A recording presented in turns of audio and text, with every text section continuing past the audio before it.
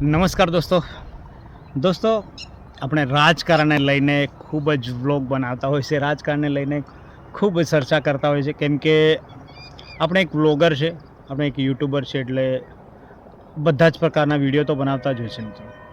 પણ મોસ્ટ ઓફલી મિત્રો ખાસ કરીને આપણે વાત એ કરવી છે આજે કે જ્યારે રાજકારણમાં આપણે પક્ષ પલટો કરતા ઘણા બધા લોકોને જોયા, ઘણા બધા નેતાઓને જોયા, ખૂબ મોટા નેતાઓ પણ પક્ષ પલટો કરતા રહ્યા છે અને કરી પણ રહ્યા છે. પણ મિત્રો ખાસ કરીને આપણે એવા નેતાઓ વિશે વાત કરવા માગીએ છીએ કે યાર જે લોકો બિલકુલ કોઈ પાર્ટીના વિરોધી હોય, સમજી લો કે કોઈક ભારતીય જનતા પાર્ટીના વિરોધમાં ખૂબ ચર્ચા કરતા હોય, ખૂબ બોલતા હોય કે યાર ભારતીય જનતા પાર્ટી આ એક ભ્રષ્ટાચારી પાર્ટી છે, ગુંડાઓની પાર્ટી છે, આવી પાર્ટી છે, તેવી પાર્ટી છે, ઘણી બધી ચર્ચાઓ કરે. કોઈક કોંગ્રેસના નેતાઓ કરે, કોઈક આમ આદમી પાર્ટીના નેતાઓ કરે, કોઈક કોંગ્રેસ વિશે આવી બધી ચર્ચાઓ કરતા હોય છે અને ખૂબ વિરોધ કરતા હોય છે. પણ એ માત્ર રાજકારણ કરે છે દોસ્તો. આપણે એ લોકોની વાતોમાં ક્યારે પણ નહીં આવવું, કેમ કે એ લોકો માત્ર ને માત્ર રાજકારણ જ કરતા હોય છે દોસ્તો. અને પછી એ લોકોને જે પાર્ટીમાં ફાયદો થાય ને એ પાર્ટીમાં જતા રહેતા હોય છે, એટલે પક્ષ પલટો કરી દેતા હોય છે. એટલે દોસ્તો આ યુગમાં એટલે કે રાજકારણમાં બધું જ શક્ય છે. રાજકારણમાં ક્યારે પણ એવું નહીં વિચારું કે યાર આ વ્યક્તિ આ પાર્ટીમાં એટલે કે આ વ્યક્તિ ભારતીય જનતા પાર્ટીમાં છે તો આપણે પણ ભારતીય જનતા પાર્ટીમાં જ રહીશું, કે આ વ્યક્તિ કોંગ્રેસ પાર્ટીમાં છે તો આપણે પણ કોંગ્રેસ પાર્ટીને જ સમર્થન કરશું, એવું ક્યારે પણ નહીં વિચારું. જો તમે વિચારતા હોય તો તમારા મગજનો ભ્રમ છે, તમે હજી પણ 20-30 વર્ષ પાછળ જીવી રહ્યા છો. હવે દોસ્તો કોઈ પણ વ્યક્તિ પોતાની જીવાન પર યા પોતાના ફેસલા પર કાયમ અડેલો રહેતો નથી.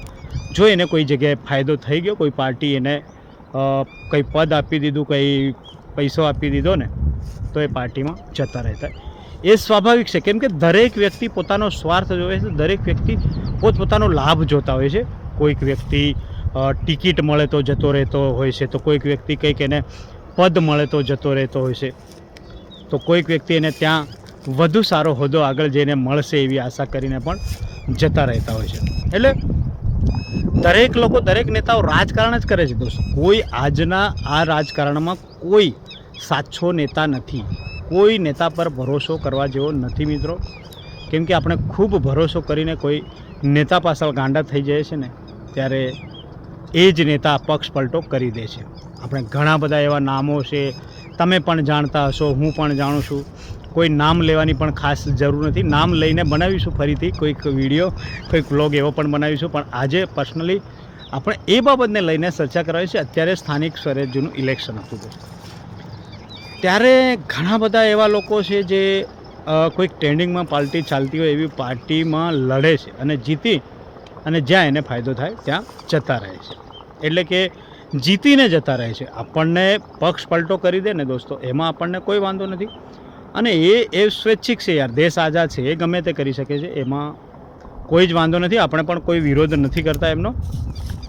જે પાર્ટીમાં રહેવા માંગે એ પાર્ટીમાં કોઈ પણ વ્યક્તિ યા કોઈ પણ નેતા રહી શકે છે દોસ્તો, એમાં કોઈ બેમત પણ નથી. પોતે સ્વૈચ્છિક રીતે રહેવું જ જોઈએ, એમાં આપણે કોઈ બાબતને કોઈ ચર્ચા કરવા નથી માંગતા.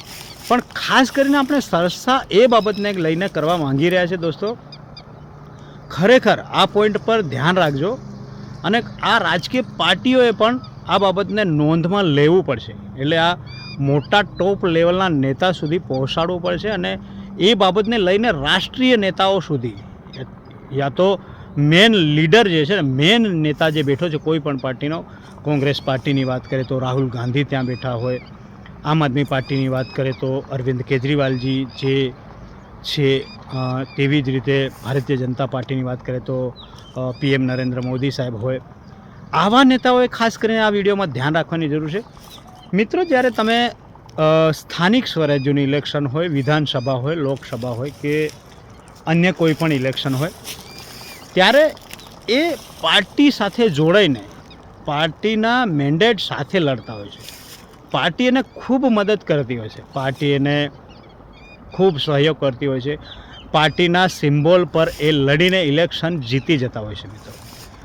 ત્યારે લોકો એમને વોટ કઈ રીતે આપે છે, સમજી લો કે ભારતીય જનતા પાર્ટીનો કોઈક કેન્ડિડેટ છે તો એને ભારતીય જનતા પાર્ટીના સિમ્બોલને જોઈને લોકો વોટ આપતા હોય છે. કોંગ્રેસ પાર્ટીનો ઉમેદવાર હોય તો એને કોંગ્રેસ પાર્ટીના જે સિમ્બોલ છે ને એને જોઈને લોકો વોટ કરે. આમ આદમી પાર્ટીનો ઉમેદવાર હોય તો આમ આદમી પાર્ટીના સિમ્બોલને જોઈને લોકો વોટ કરતા હોય છે.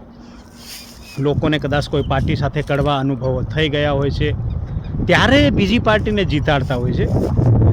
કેમ કે મિત્રો કોઈક ભરોસો કરતા હોય છે કે યાર આ પાર્ટીએ કદાચ અમારું સારું નથી વિચાર્યું તો આ પાર્ટી વિચારશે એમ કરીને બીજાને વોટ આપતા હોય છે. પણ ત્યારે કેવું થાય છે દોસ્તો કે એ જ ઉમેદવાર જે ભરોસો કર્યો છે ને લોકોએ એ જ વ્યક્તિ જીતીને પક્ષ પલટો કરી દેતો હોય છે. પછી એ સત્તા પક્ષમાં જતો રહેતો હોય છે અથવા તો બીજી કોઈક બોડી બનાવવા માટે એમાં ખરીદાઈ જતો હોય છે. આવું પણ ચાલી રહ્યું છે અત્યારે, આપણે ખૂબ જોયું છે મિત્રો. એટલે આપણે આ વિડીયો બનાવ્યો છે કે યાર ખરેખર આવું ન થવું જોઈએ. આવા જે નેતાઓ છે ને, આવા જે ઉમેદવારો છે ને જે પાર્ટી એને મેન્ડેટ આપે છે અને એ જ પાર્ટીમાં વિજેતા બનીને બીજી પાર્ટીમાં જતા રહે છે ને, આના પર ખરેખર કાયદો હોવો જોઈએ, કાયદો લાગુ પડવો જોઈએ. એવા લોકોને હું તો કહું કે એનું જે વિજેતા બની જાય છે ને તો પણ એને ત્યાંથી કાઢી મૂકવું જોઈએ.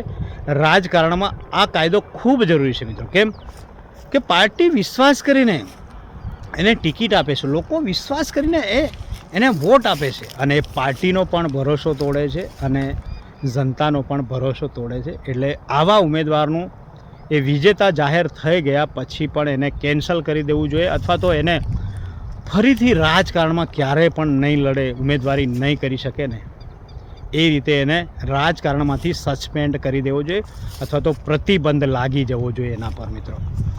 દરેક જગ્યાએ આવું ચાલી રહ્યું છે તો આવી રીતે ક્યાં સુધી કોના પર ભરોસો કરવો, કઈ પાર્ટી પર ભરોસો કરવો, કયા નેતા પર ભરોસો કરવો, કયા ઉમેદવાર પર ભરોસો કરવો? આપણે જેના પર ભરોસો કરીએ છીએ એ જ વ્યક્તિ આપણને નથી ગમતી પાર્ટી એ પાર્ટીમાં ફરીથી જતો રહે છે. એ કોઈ પણ પાર્ટીનો હોઈ શકે. કોંગ્રેસ પાર્ટીનો ઉમેદવાર જીતીને ભારતીય જનતા પાર્ટીમાં જતો રહે, કોઈક જગ્યાએ ભારતીય જનતા પાર્ટીનો ઉમેદવાર જીતીને કોંગ્રેસમાં જતો રહે, કોઈક જગ્યાએ આમ આદમી પાર્ટીનો ઉમેદવાર જીતીને ભારતીય જનતા પાર્ટીમાં યા કોંગ્રેસમાં જતો રહે. તો એ લોકોનું શું? જે લોકોએ એના પર ભરોસો કર્યો, જે લોકોએ એમના પર ભરોસો કરીને વોટ આપીને વિજેતા બનાવ્યો, સપના જોયા કે અમારા ગામનો વિકાસ આ નેતા કરશે, આ વ્યક્તિ કરશે અથવા તો આ પાર્ટી કરશે, તો એનું શું? એ લોકોના ભરોસાનું શું? એ પાર્ટીના ભરોસાનું શું મિત્રો? એટલે ખરેખર હું તો કહું છું આપણા ગુજરાતના મુખ્યમંત્રી, ગૃહમંત્રી સુધી આ વિડીયો પહોંચવો જોઈએ. તેમજ દરેક મોટા નેતાઓ વિપક્ષમાં બેઠેલા હોય દરેક પાર્ટીઓના નેતાઓ સુધી, એટલે કે ટોચ લેવલના નેતાઓ સુધી આપણો આ વિડીયો પહોંચાડજો મિત્રો. કેમ કે ક્યાંક ને ક્યાંક આ રાજકારણમાં સુધારો કરવાની ચોક્કસથી જરૂર છે. તમે જો ભારતીય જનતા પાર્ટીમાં હોય તો ભારતીય જનતા પાર્ટીમાં જીતી જાઓ તો બીજી પાર્ટીને નહીં જવો જોઈએ. અને જો કોંગ્રેસ પાર્ટીનો હોય તો કોંગ્રેસ પાર્ટીનો ઉમેદવાર પણ બીજી પાર્ટીમાં વેચાવો ખરીદાવો ના જોઈએ મિત્રો. કેમ કે ખરેખર આ અન્યાય છે, પાર્ટી સાથે અન્યાય ને લોકો સાથે પણ ખૂબ મોટો અન્યાય થઈ રહ્યો. હા મિત્રો, જો સ્વૈચ્છિક રીતે અપક્ષ ઉમેદવારી કરી હોય કોઈ વ્યક્તિએ, કોઈ ઉમેદવારે અને લડ્યો હોય અને અપક્ષ ઉમેદવારી કરીને જો એ વ્યક્તિ જીત્યો હોય તો એ એની ઈચ્છા પ્રમાણે જઈ શકે છે પાર્ટીમાં, એ પણ ગામના લોકોને પૂછીને. કેમ કે આપણો દેશ લોકશાહી દેશ છે એટલે લોકોએ ચૂંટેલા પ્રતિનિધિઓ દ્વારા લોકોની ઈચ્છા પ્રમાણે વહીવટ ચાલતો હોય તેને લોકશાહી દેશ કહેવામાં આવે છે મિત્રો. એટલે જો અપક્ષ ઉમેદવારી કરીને પણ જો ઉમેદવાર જીત્યો હોય તો પણ હું તો એવું માનું છું કે લોકોને એક મીટિંગ બોલાવવી જોઈએ અને ગામવાસીઓને પૂછવું જોઈએ કે હું જીત્યો છું પણ આ પાર્ટીઓ આટલી મને ઓફર કરે છે તો શું કરું, મારે જવું જોઈએ, હું તમારા માટે કામ કરીશ, કોઈ પણ પાર્ટીમાં રહીશ પણ કામ કરીશ. અને એમાં લોકો બાહેધરી આપતા હોય, લોકોનો સહયોગ હોય, લોકો કહેતા હોય કે હા વાંધો નહીં જતો રહે તો જવું જોઈએ. મિત્રો આપણે કોઈ પાર્ટીનો વિરોધ નથી કરતા, આપણે કોઈ નેતાનો વિરોધ નથી કરતા, આપણે કોઈ પર્સનલી કોઈ ઉમેદવારનો વિરોધ નથી કરતા, પણ કામ તમે ગમે તે પાર્ટીમાં રહીને કરી શકો છો, નો ડાઉટ. આપણે એવું નથી કહેતા કે તમે ભારતીય જનતા પાર્ટીમાં હોય તો જ કામ કરો, ભારતીય જનતા પાર્ટી સારી, કોંગ્રેસ પાર્ટી સારી યા આમ આદમી પાર્ટી સારી, એ આપણે ક્યારેય નથી કહેતા મિત્રો. પણ આપણે માત્ર ને માત્ર કહેવા એટલું જ માંગીએ છીએ કે એ લોકોના ભરોસાને ધ્યાનમાં રાખો, એ પાર્ટીના ભરોસાને ધ્યાનમાં રાખો અને પાર્ટીઓએ ખાસ ધ્યાન રાખવું જોઈએ એવા ઉમેદવારોને સસ્પેન્ડ અથવા તો પ્રતિબંધ, આજીવન પ્રતિબંધ લગાવી દેવો જોઈએ, એટલે રાજનીતિમાં પણ મિત્રો કંઈક સુધારો આવે અને લોકોનો ભરોસો પણ કાયમ માટે જળવાઈ રહે.